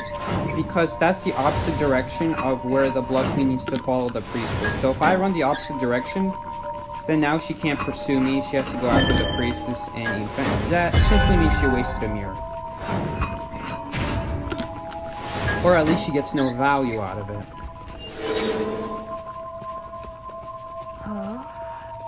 And like right here, if she wants to chase him, she's gonna has to go away from the chair. And if she wants to go close to the chair, well, now the mirror is not next to me. But the thing is, if you're trying to do that in like a kite, it just takes too much brain power, and you won't really have the reaction time to be able to think, okay, where should I go so that like the Blood Queen gets stopped by like a wall or something? Because most oftentimes they do it out in the open anyway, so there's no counter to it.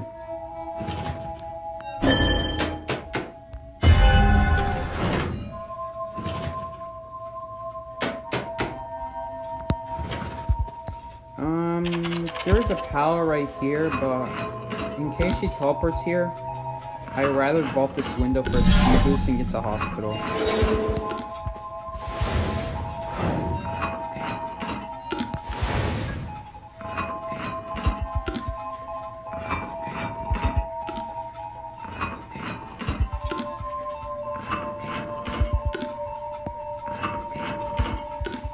I'm getting off the cipher repeatedly because I don't want to get a calibration right as she puts a mirror on top of me. Because that would be really bad. Or like a teleport happens. I don't want a calibration before that either. She's probably gonna teleport. Or use a mirror. Is that mirror close enough? No, it isn't.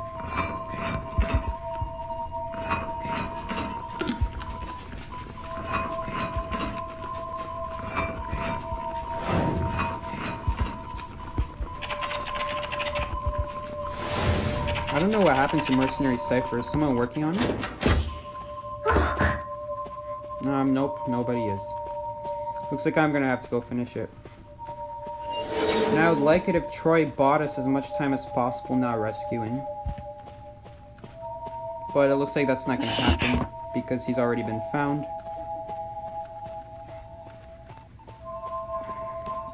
Which can be avoided by hiding, obviously, in case you guys didn't know, but if you watch the stream long enough, you should know that the #1 rule to rescuing, if you're early, is just to hide.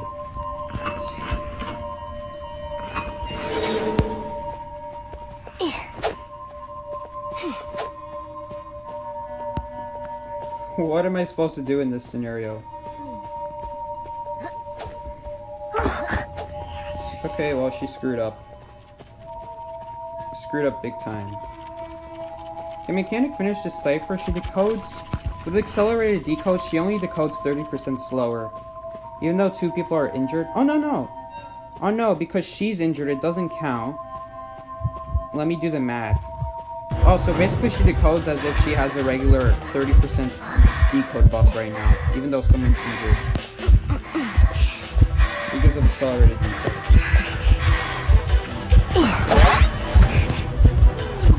Okay, that's enough this way. I'm getting a little behind her.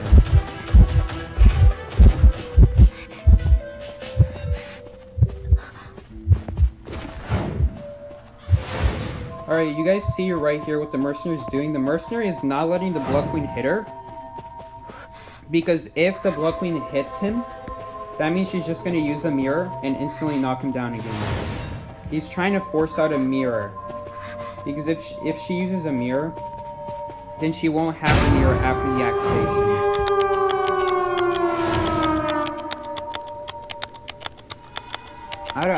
I guess he said focus on the coding. Maybe she used the mirror and she missed, so he said focus on the coding. I wasn't paying attention right there, but as you guys can see, once she uses a mirror, it's like an instant hit, so always make sure you force out a mirror before an activation, just so you don't go down instantly.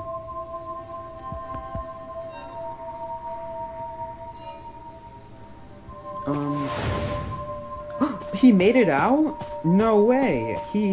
I wasn't expecting that. I was like thinking maybe a dungeon appears nearby, but he actually just completely got away. Wow.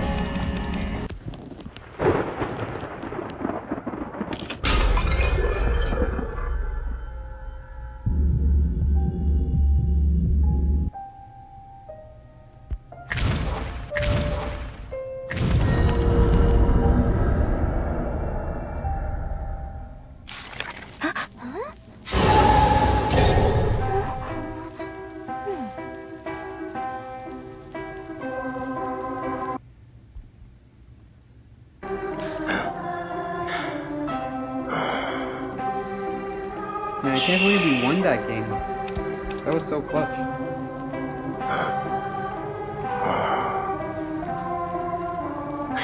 I don't know what's going on with Persway. Persway is like... Persway has problems. And I'd rather stay away from him at this time. Okay. Seer. Gravedigger.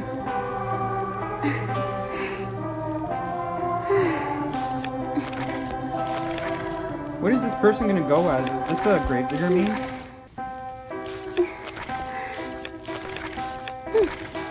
Oh, he picked Gravedigger.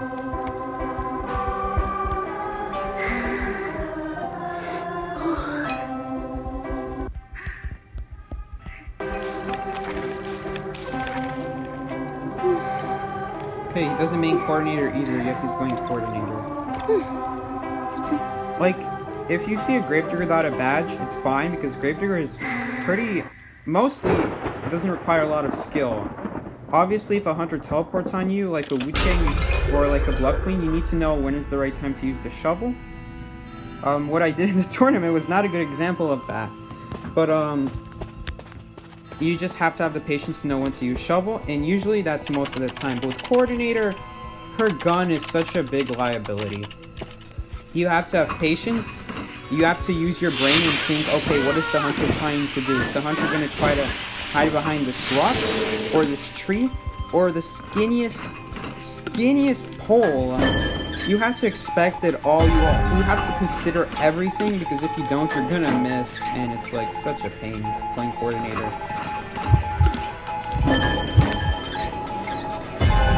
I mean, the only way you're gonna learn when to shoot and what objects hunters use to dodge flare guns is through experience. And can you guys guess what signifies experience? Badges. Maybe it's not the most reliable way, but it still shows something. And when you see a no badge coordinator, it's very scary, because they're not experienced as to what objects hunters love to use to dodge flare guns. These trees right here? Hunters love to use these trees, so never shoot around the trees, because I guarantee you, by not shooting, you'll get free distance from the hunter being so scared of your gun and just hiding behind trees.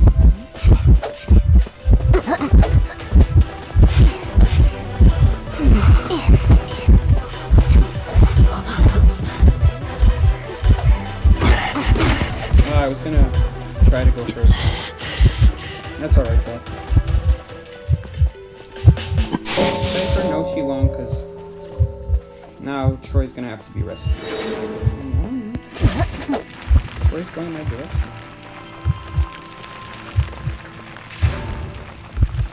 Did someone finish my Cypher? Nope, no, they definitely didn't. There's still 4 Cyphers left. Hopefully that priestess remembers my Cypher.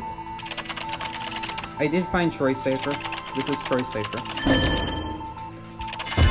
And she probably has a mirror, so I need to be careful. I don't want to die right here. Okay, she wasted it. My goodness. Oh my gosh, and this priestess is so... What is this priestess doing? Dude, my Cypher! What happened to it? Finish my Cypher, please. Man, some people are like, do they even listen to communicators?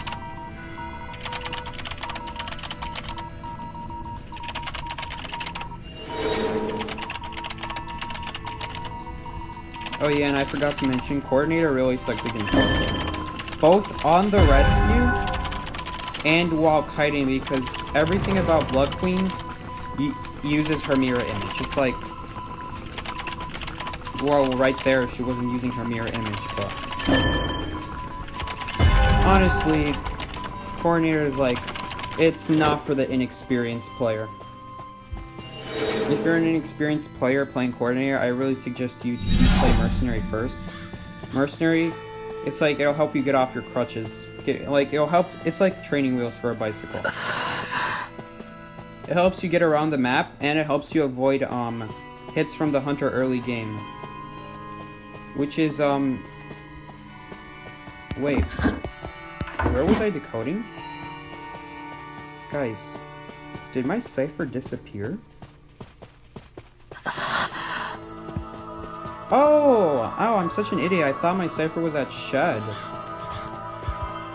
That was last game, or like 2 games ago? I don't even remember. I was actually at, the back gate Cypher. So Priestess did finish it. And that's a Blood Queen. She just used her mirror though. Let's see which side she comes from. She's coming from this side, so drop the pallet. Now this pallet is super easy to vault. This is kind of how you use this area. These 2 pallets right here, they combo so well together. You can drop that first one, like, just make sure the hunter's not going around immediately. And then you can use the second one to see which side the hunter's coming from, whichever side they come from, and if they just drop the pal on that side, and if they walk around, just go in the back and vault the pallet again. The one you dropped earlier. It's a really nice area that I like to use. Those two pallets specifically, this rock pallet right over there, the pallet by the rock, is a good one as well. These are like the 3 pallets I like to use. This one not so much. It's not that great. Because this wall leads to nothing. With every other pallet in this area, when you go around the wall, there's at least another pallet. But when you go around this wall, there's nothing. Therefore, this pallet isn't that great. Oh, this is not good. We're both together. Bye-bye. I'm digging.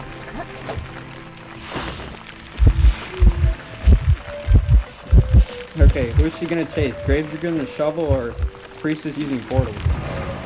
Take your pick. Okay, it turns out the Priestess didn't do a good portal.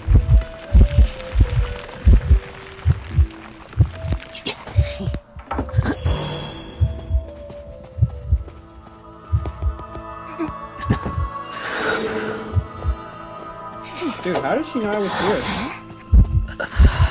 I would have expected, Blood Queens to, expect me to go closer to that cipher.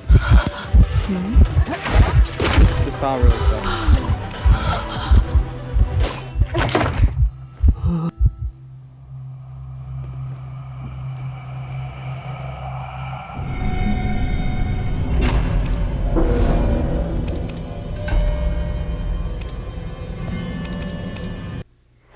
You got gold tentacle, but you got the silver one instead.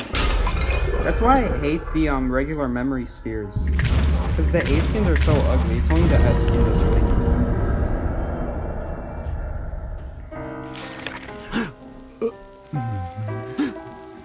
nice. Ladies and gentlemen, the top 3 survivor in NAU.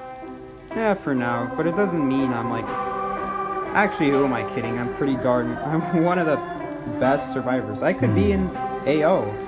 It's just the problem is their attitude really stinks and they like to argue a lot. So, I don't know why they're still friends after 2 years. After 2 years, they're still friends even though they argue so often with each other. How close am I to number 2? Pretty close. But we keep losing because people suck at kiting. Like early game, it just ruins the whole thing. Argue? Yeah. Apparently Schmitty and like the whole AO gang like argue.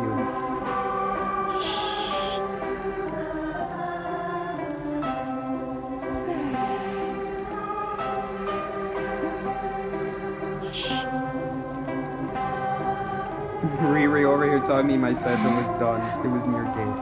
I'm such an idiot. I thought it was at stretch for some reason.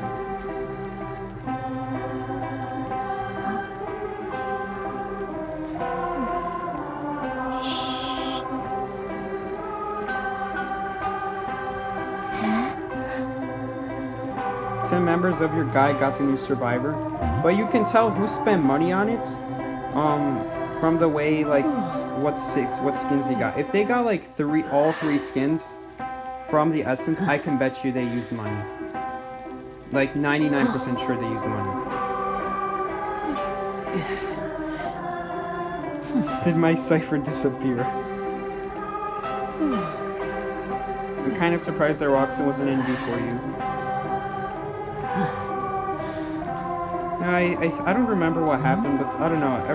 At one point, Roxanne stopped being a part of AO, and I don't know why. I mean, it's such a shame. His attitude really fit them.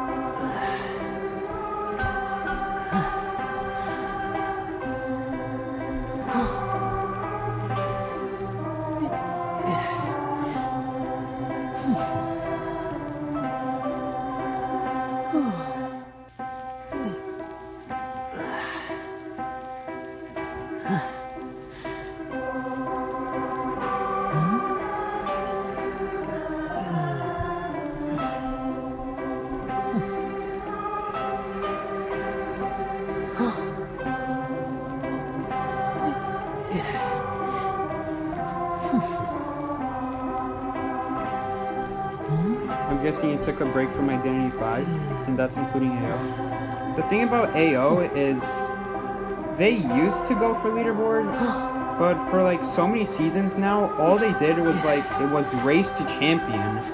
And they raced to champion. They played morning session, afternoon session, evening session, and then they got champion. And then they're never to be seen again on the leaderboard after that. So like they show up, hey, I got champion so fast, and that's, I bet you that's involving like sniping each other and making sure they match with each other and not with other randoms, which is unfair for the people who do have to match with those randoms and they aren't like using the matchmaking to their advantage and matching with specifically people they want. I'm pretty sure AO did that, and they probably still do. Well, back when they used to push to champion. But they do that every season, and at this point no one can stop them.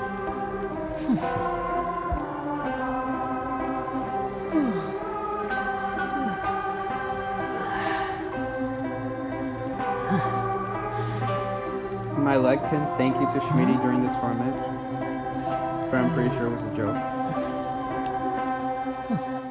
They can do whatever they want.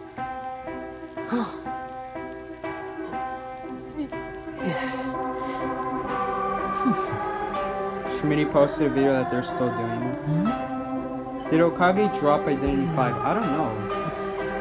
I don't know if she did. She doesn't really play anymore.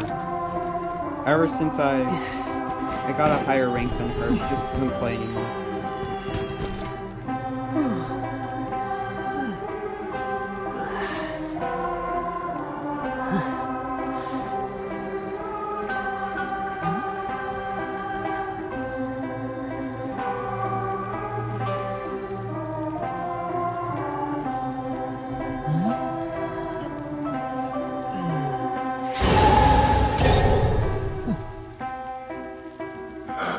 You better play with Hokage next season. Yeah, I'm definitely going to. It just right now, she needs so many stars to catch up. She needs 5 stars for Griffin 3, 5 stars for Griffin 2, Griffin 1, and then she needs to gain 40 stars champion, which is enough for a whole rank. If there was a rank past Griffin, that would have been a whole tier. And 15 extra stars. And like, I'm definitely going to get 60 stars this season. Pretty sure about it. And that means she's gonna need 40 stars. Or anyone I match with is gonna need 40 stars or more to match with me. Which means Troy right now, if you guys look at Troy's rank, Troy is 26 stars. That means if I hit 60 stars before he hits 40 stars, we won't be able to play together. You just watched my North build idea? What do you think about it? By the way, guys, if you guys didn't watch how to improve the North build video, you guys better flip and watch it. I worked hard on that video, and it's actually a pretty good idea that no other YouTuber has ever talked about. Is that a camera? That's a priestess. Oh, and that's a Blood Queen. I just saw her silhouette.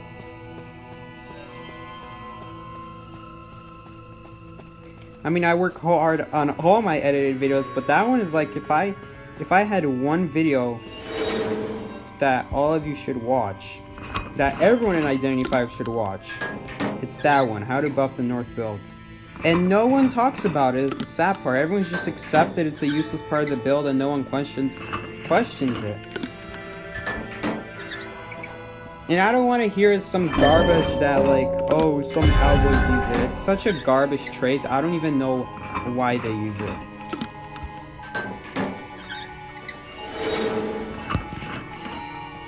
Like, they shouldn't use it, it's so bad.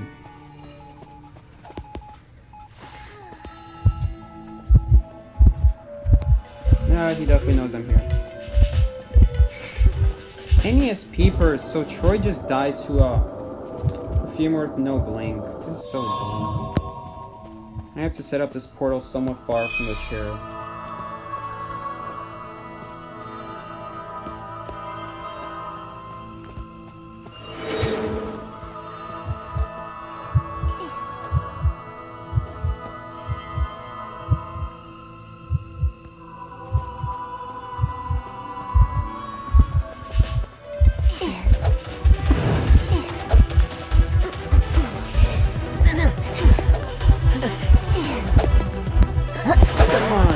chair. You're so close to hitting it.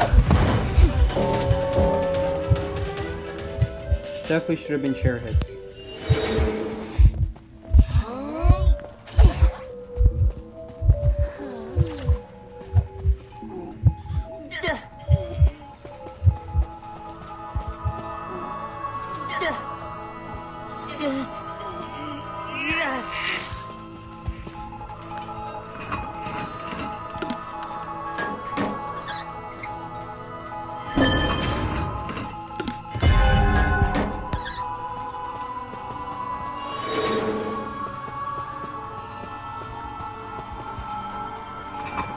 And that's why Dancer sucks. I'm not sure why we have people using Dancer when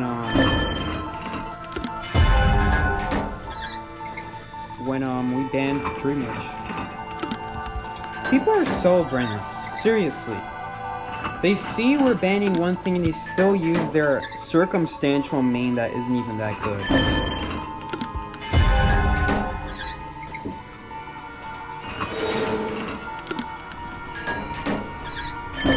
It's like so circumstantial. It's just sometimes the animation takes too long, so you don't even get a chance to use it, because if you do use it, you'll just get hit. It's just like circumstantial characters just don't work.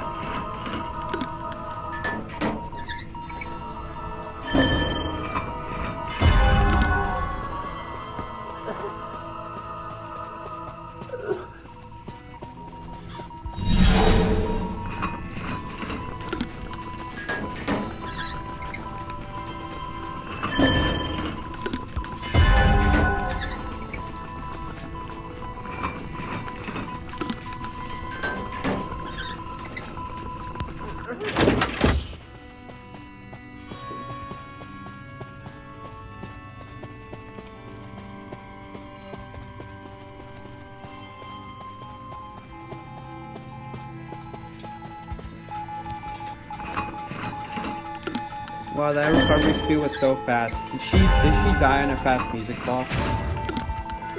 One more reason to talk about why Dancer isn't really a good character.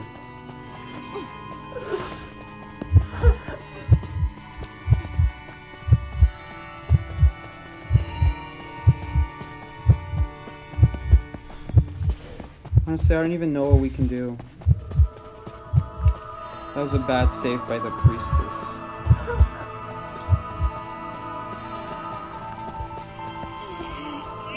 It would be nice if she took this hit.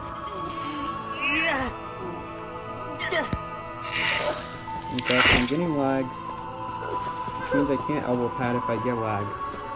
Why is there a second keeper here? It's so dumb.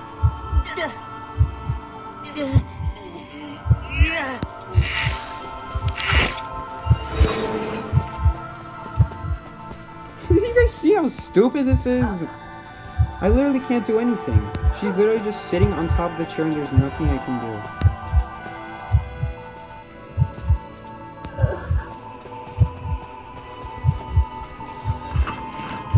Oh my gosh, I'm priestess thinks she's gonna pull off that crap against Blood Queen.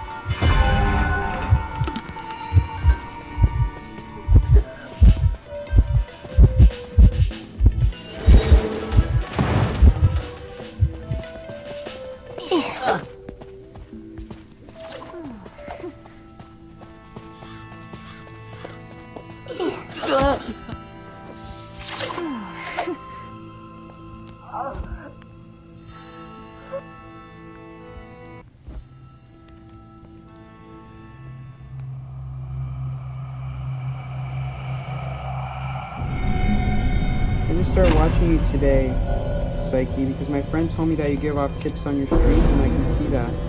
Amazing work, Psyche. Oh, thanks. Although that match, I didn't really do anything, because I'm just a rescuer. Like, if you want rescue tips, I can just say, just don't get seen early if you're at the chair early, and don't rescue until it's close to half. And blocking's a pretty easy hunter to rescue against. These friend requests, they never stop coming.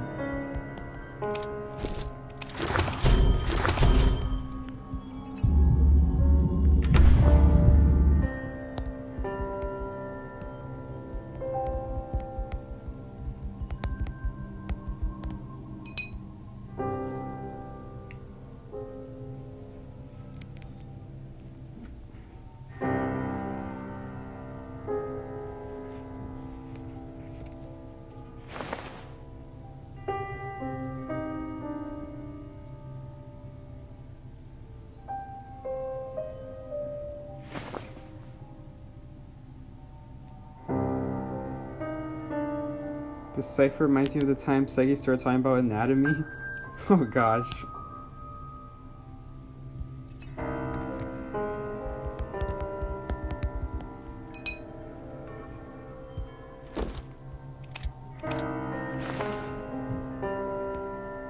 If you guys want a clear example of who's paying for money for skins, here's Hako.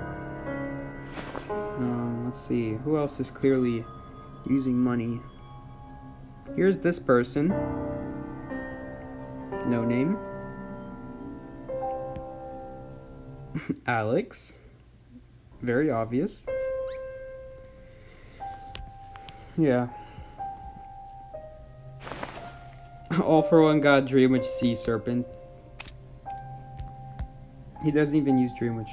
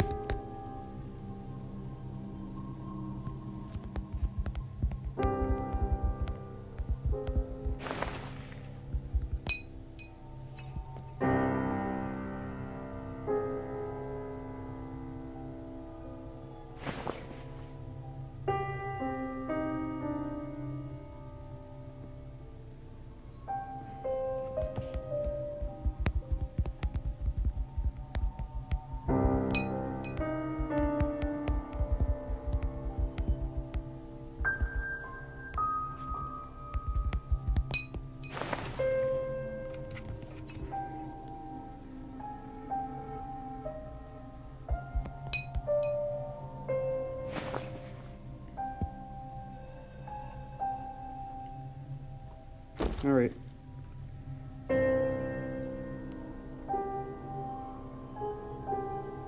Will Psyche spend money on this essence? Just for proof, look at the bottom left of the screen.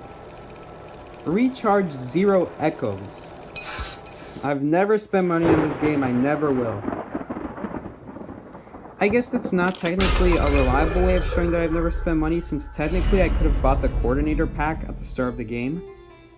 But you're gonna have to trust me that I didn't buy that. Or did that also cost echoes? Is there anything you can get in the game that, like, credit card info? I don't think there is. I think even the coordinator pack took echoes as well.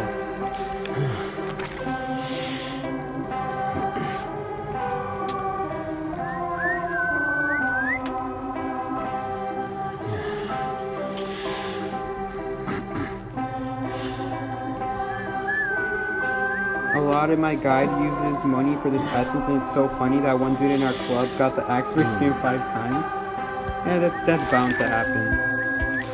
Honestly. Because it's way more likely you'll get an A skin before an S skin. You're guaranteed an A skin every 60 essences. For comparison, it takes 250 spheres to get an S skin. Obviously, you can get lucky before that, but if you want a guaranteed S skin, you need to open 250 spheres. And then you'll get a guaranteed S skin. It just so happens that my luck with A skins is really bad, but my luck with S skins is amazing. I have 9 S skins and like 35 A skins, so 25% of my good skins are S skins, and I haven't spent money on the game. 4 of them were from spheres, 5 of them I bought myself with those crystal shards. Is there a cipher here? Yep, there is. So I can just use this area very easily. This vase also blocks foggy blades, as far as I'm aware. I'm pretty sure it does.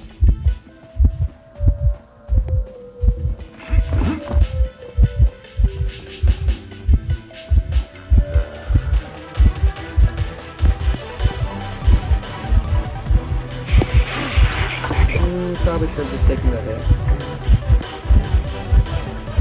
Because now I'm in trouble.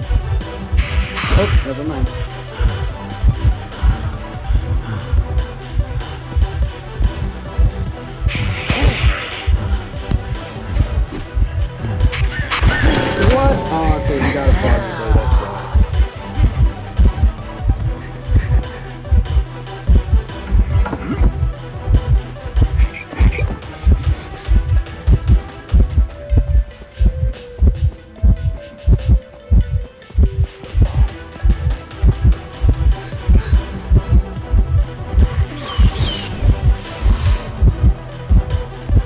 Okay, and now this game is over. He's gonna need another froggy blood because I'm in such a good area.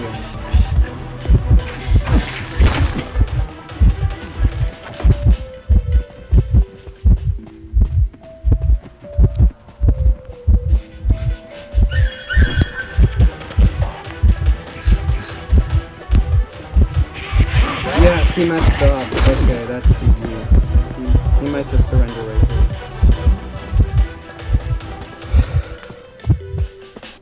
I was hoping that would happen.